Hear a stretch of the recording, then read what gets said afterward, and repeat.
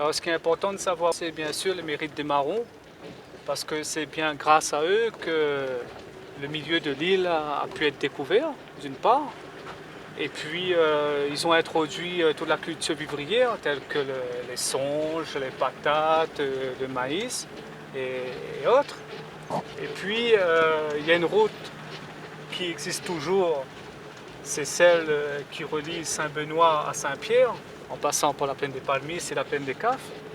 Et ben, cette route a été réalisée, je veux dire, en suivant le tracé des sentiers que les marrons ont fait à l'époque, ainsi qui a été repris après par les chasseurs, quoi. Donc on les doit un petit peu tout ça, bien sûr aussi toutes les plantes médicinales, puisque chez eux ils connaissaient déjà ces plantes-là, ils se guérissaient avec les plantes qu'ils trouvaient dans la nature. Et beaucoup de plantes, beaucoup de plantes ici à La Réunion sont endémiques de La Réunion, mais aussi de Madagascar, et ben, ils ont pu les reconnaître et les utiliser.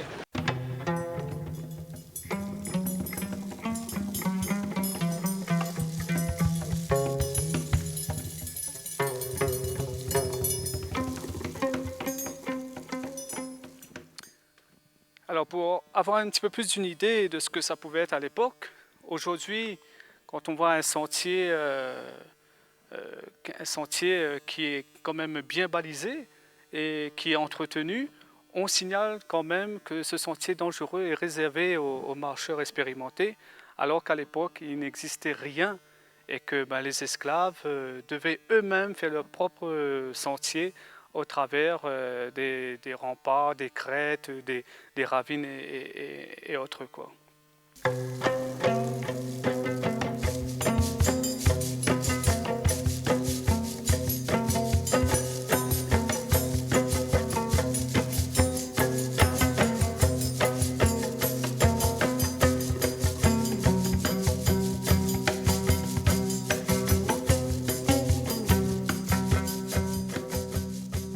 Oui, alors avec le marronnage, ce qu'il faut savoir, c'est que le milieu de l'île a servi de refuge donc aux marrons, et ils empruntaient la plupart du temps donc les bras de rivière.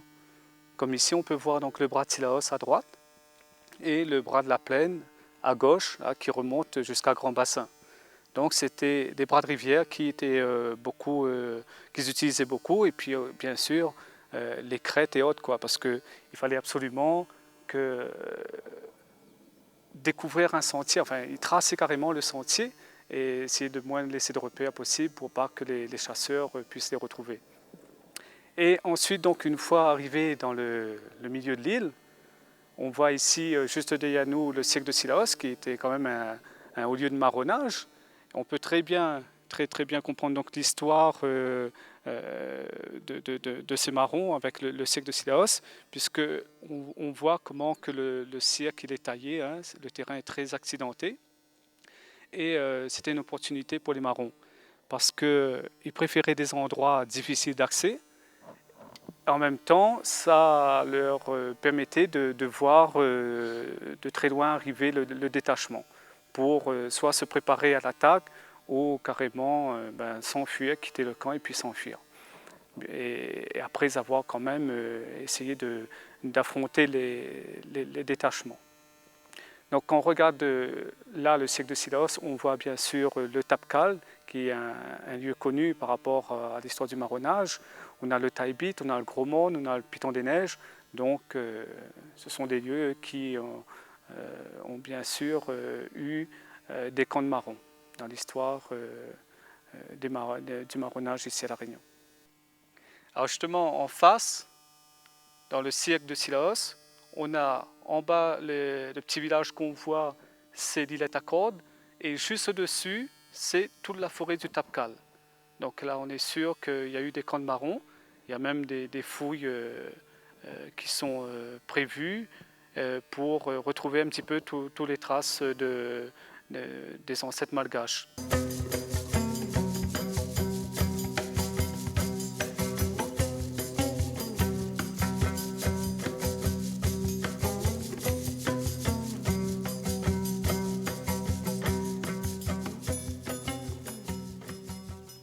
ce qu'il faut savoir, c'est que les camps, eh ben, ils étaient construits à des endroits difficiles d'accès et donc où c'est que les marrons ils pouvaient voir de très loin arriver les chasseurs de noirs. Alors, tout autour des camps, on pouvait constater un muret comme celui-ci, en pierre sèche, qui servait d'arme aux marrons. Lorsque le guetteur voyait le détachement arriver, il donnait l'alerte et il venait, soit il faisait rouler les pierres, ou soit carrément il jetait les pierres sur les soldats qui arrivaient. Ensuite, s'ils n'avaient pas d'autre moyen de se défendre, ils quittaient le camp. Et question de stratégie aussi de la part des marrons, c'est que tous les armes, les outils, les ustensiles ne se trouvaient jamais à l'intérieur des camps. Ils cachaient toujours à l'extérieur, soit dans des troncs d'arbres, ou soit dans des petites grottes, ou même fouiller la terre et cacher tous leurs outils, ustensiles et autres, quoi. Alors, ce qu'on pouvait découvrir à l'intérieur des camps de marrons, les différentes constructions, il y avait bien sûr les ajoupas, ce style de construction, qui abritait bien sûr pas beaucoup de personnes, mais c'était fait aussi exprès pour plusieurs raisons. C'est que, étant donné qu'ils étaient dans le milieu de l'île, il fait très très très froid, donc pour eux c'était un avantage d'être à plusieurs, collés les uns contre les autres pour se réchauffer. Et en même temps, il ne fallait pas qu'ils aient une construction trop énorme pour pouvoir se faire repérer par les chasseurs. Alors ici, on a un autre style de construction en style de bois couché. Vous voyez, c'est un empilage de bois. Et cette case, c'est aussi en bois équarri. On dit en bois équarri parce qu'ils ont raboté donc, le bois pour créer des surfaces. Contrairement à l'autre style de construction qui est en bois rond. Donc là, ils n'ont pas équarri le bois, donc il n'y en a pas de surface. Et c'est vrai que pour une question d'étanchéité, le bois équarri donne une meilleure étanchéité. Parce que le bois rond laisse toujours un espace entre deux bois. Et donc là, on est obligé de faire un système de torchis, donc de terre, avec la bouse, avec de l'herbe et autres. On peut voir aussi qu'ils étaient recouverts de feuilles de latanier rouge ou autres branchages qu'ils pouvaient trouver dans la nature. Alors, bien sûr, là, c'était plus consacré à des familles, puisqu'on peut constater qu'elles étaient quand même un petit peu plus grandes. Ce qu'on voit ici, c'est à échelle réelle et non pas échelle réduite. Et enfin, la dernière construction qu'on peut voir, on l'appelle le hangar. Alors le hangar, c'est un abri sommaire qui servait d'abri aux marrons de passage, puisqu'ils offraient toujours l'hospitalité à des marrons qui arrivaient, qui erraient, qui ne savaient pas où rester la nuit. Donc voilà les différentes constructions qu'on pouvait trouver à l'intérieur d'un camp de marrons. Maintenant, concernant le nombre de maisons, ça dépendait du nombre d'habitants. Il pouvait y avoir 2, 3, 4, même beaucoup plus. Historiquement, on a pu trouver qu'un camp dans le fond du Bras de la Plaine était composé de 60 marrons. Donc là, il y avait forcément beaucoup plus de maisons. Et toujours par rapport à la vie à l'intérieur de ce camp, à l'extérieur de ce petit muret aussi, ils cultivaient du maïs, ils cultivaient de la songe, de la patate, de la pomme de terre, mais jamais d'animaux, si ce n'est qu'un chien qui donnait l'alerte lorsque le détachement arrivait. Maintenant, était-ce une bonne solution? On se pose toujours la question, parce que le chien, effectivement, il détectait l'arrivée du détachement, c'est vrai, mais en même temps, il donnait aussi un repère au détachement, comme quoi qu'il y avait un camp à proximité.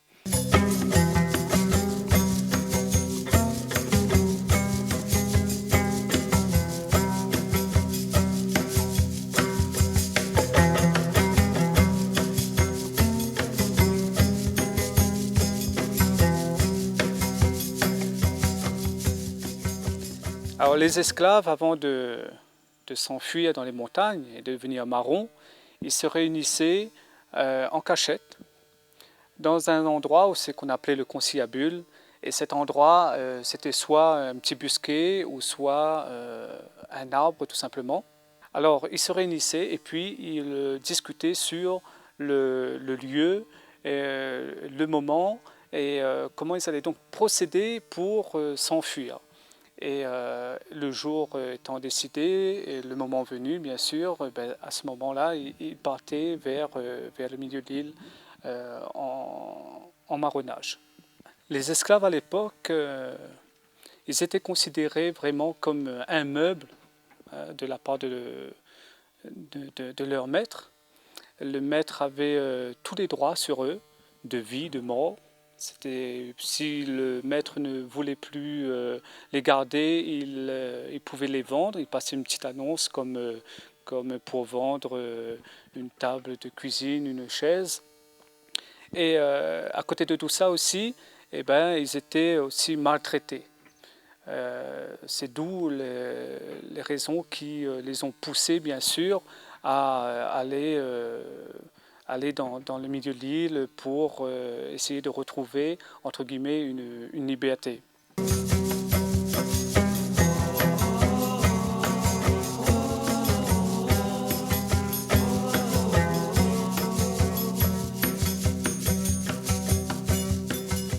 Alors, nous avons ici le capitaine Dimitil. Alors Dimitil veut dire guetteur en malgache. Capitaine Dimitil, tout ce qu'on sait sur lui, sur son histoire, c'est grâce à Jeanneton, une esclave qui a été enlevée dans les Hauts-de-Saint-Paul en 1743 et qui a traversé tout le Dimitil pour aller ensuite du côté de la plaine des Cafes et du côté de la rivière des Remparts, là où d'ailleurs il y a une îlette qui s'appelle aussi le Dimitil. Alors pourquoi capitaine? Eh bien, tout simplement parce qu'à l'intérieur des camps, il y avait toute une organisation. Ils reproduisaient la même chose qu'ils faisaient chez eux. Et donc, il y avait toute une hiérarchie. Il y avait le roi et le capitaine, et ainsi de suite. D'ailleurs, sur cette stèle, nous avons aussi le roi de la verdure et la reine Sarlave. Pourquoi la reine? Tout simplement parce que c'était la femme de la verdure. Alors, la verdure et Sarlave, les deux ont été tués dans le fond du bras de la plaine par un chasseur très connu dans l'histoire, c'est François Mussard, qui dépendait bien sûr de la milice bourgeoise. En 1752, donc, ils étaient tués dans le fond du bras de la plaine. Donc voilà tout ce qu'on peut dire aujourd'hui sur le capitaine Dimitil.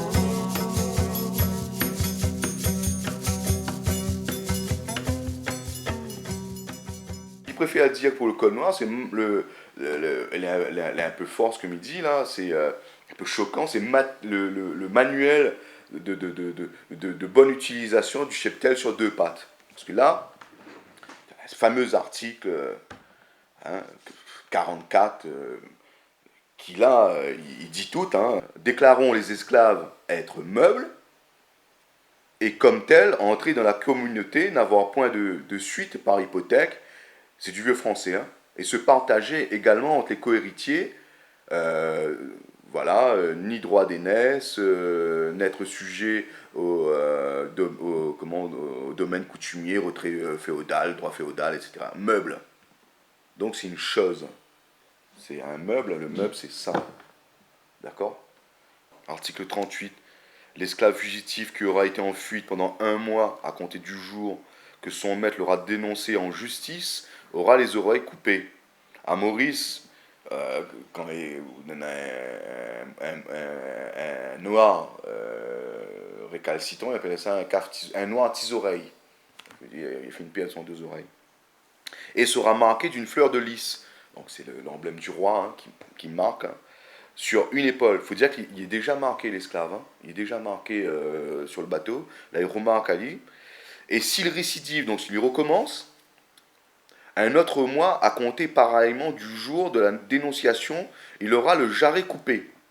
Donc, il coupe le tendon, en fait. Et là, ou coapule, hein. Et là, il remarque et sera marqué d'une fleur de lys sur l'autre épaule. Donc, on va bien remarquer, là, généralement, les boucles, les torse nus, ils n'ont pas trop de linge non plus. Bien remarquer que lui, c'est un bouc récalcitrant. La troisième fois, troisième fuite d'un mois, sera puni de mort.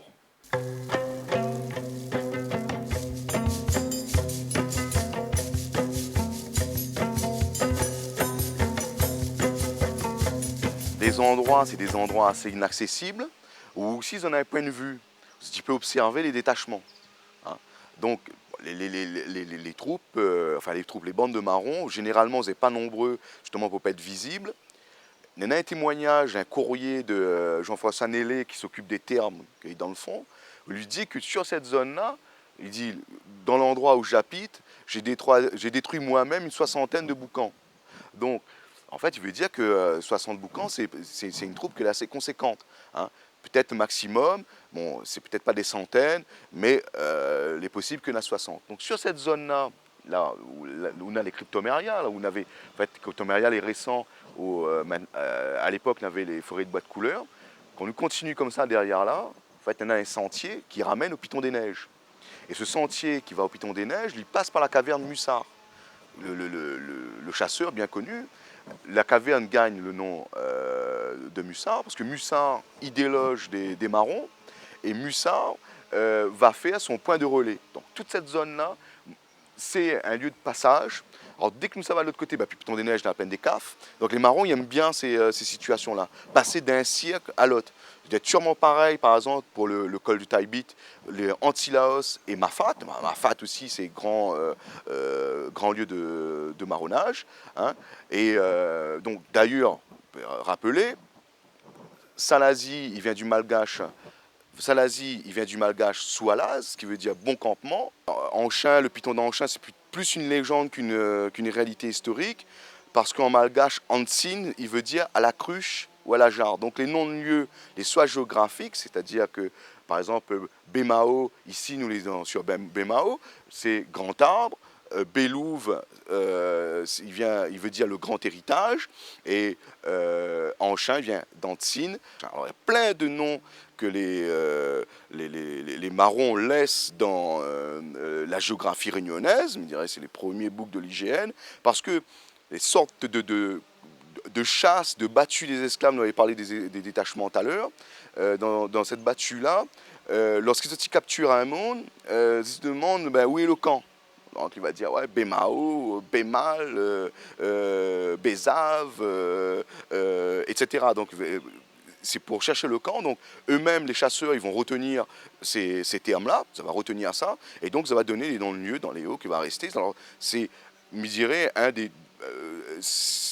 une des meilleures preuves d'esclavage et du marronnage, et le meilleur patrimoine, je dirais, qui reste à nous. Et par rapport au Piton d'Anchin, même si peut-être apparemment c'est une légende, et me dirais le meilleur monument à la gloire de ces résistants que furent les marrons, le meilleur monument naturel, c'est le Piton d'Anchin.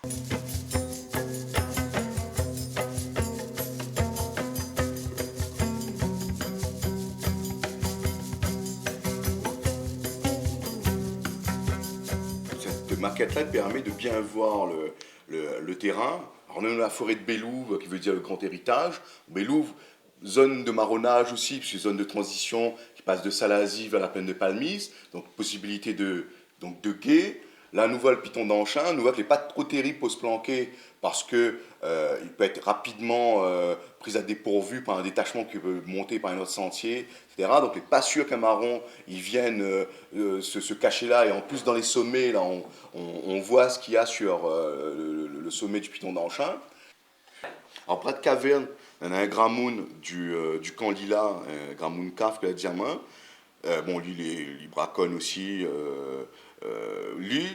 Il a vu des plants de pommes de terre et de songe dans le bras de caverne à des niveaux, je dirais, assez avancés. Donc les boucs, ça rote anguilles, chevrettes, etc., partout là. Et là, il monte difficilement, quoi. C'est l'espace de canyoning maintenant. Il y a des espaces, il faut aller à la nage pour y accéder. Les plans de songe dans des endroits très très reculés, ça c'est une trace d'esclaves. Donc les pieds, les vivaces, il reproduit. Alors, on en a un écrit aussi sur un pêcheur qui va avec son fils au bras de caverne et que tu vois un corps en putréfaction dans une grotte. Alors le père dit peut-être un malheureux qui s'est égaré, pris par le froid, ou peut-être un esclave, hein, un esclave qui est mort dans la grotte. Très intéressant, Bras des cavernes, parce que on voit donc la nécessité d'aller dans les endroits très inaccessibles, hein, pour ne pas être attrapé.